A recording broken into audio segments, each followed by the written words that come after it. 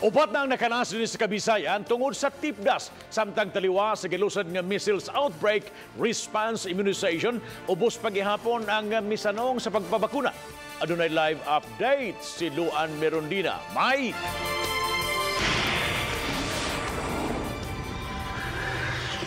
Bob, ning nagpadayong pagsaka sa gidaghanon sa mga kaso sa tipdas Locop Rehiyon, laing kinabuhi na usab ang nakalas. Rushes and go for consultation. Gikonpermar ni Dr. Elini Tagamolo, Assistant Regional Director sa DOH-7, nga usa ka 8 ka buwang masuso nga lalaki nga tagadakbayan sa Karkar ang nakalas tungod sa tipdas. Nadangat pa sa Vicente Soto Memorial Medical Center ang bata apan nakutluan gayud kini sa kinabuhi niadtong Enero 30. The results of the laboratory confirming him as a case of measles only came out yesterday.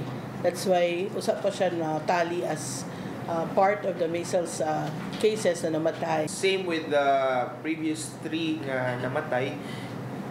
He died of pneumonia gapon, which is a common complication sa measles. Sa datos nga nahipo sa DOH-7, pulos gikan sa lalawigan sa Sugbo ang mga batang nakalas tungod sa tipdas.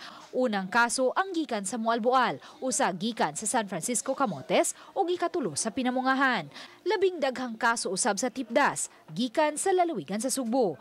Gikan Enero 1 hangtod karong adlaw, Pebrero 19, mitala na og 316 ka mga kaso sa tipdas, 222 niini gikan sa Sugbo. Ang Department of Health Region 7 milusad na sa measles outbreak response immunization sukad sa miaging simana. Gawas sa gimontar nga vaccination post sa DOH compound ug sa mga hospitals, may gimontar usab nga mga measles fast lane sa tanang mga tambalanan aron mahatagan og prioridad ang mga nagkasakit og tipdas.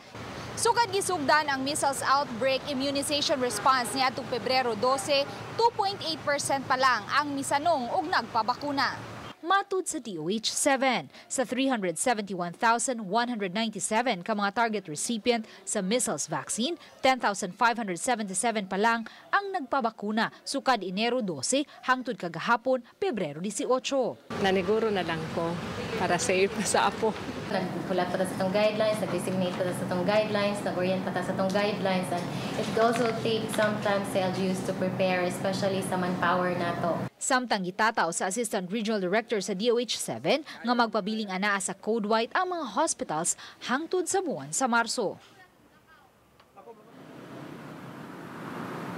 Bob, subling pahinumdom sa Department of Health nga ang labing ligong depensa sa unsa mga sakit-sakit mo ang insaktong pahuway o pagkaon sa mga masustansyang pagkaon.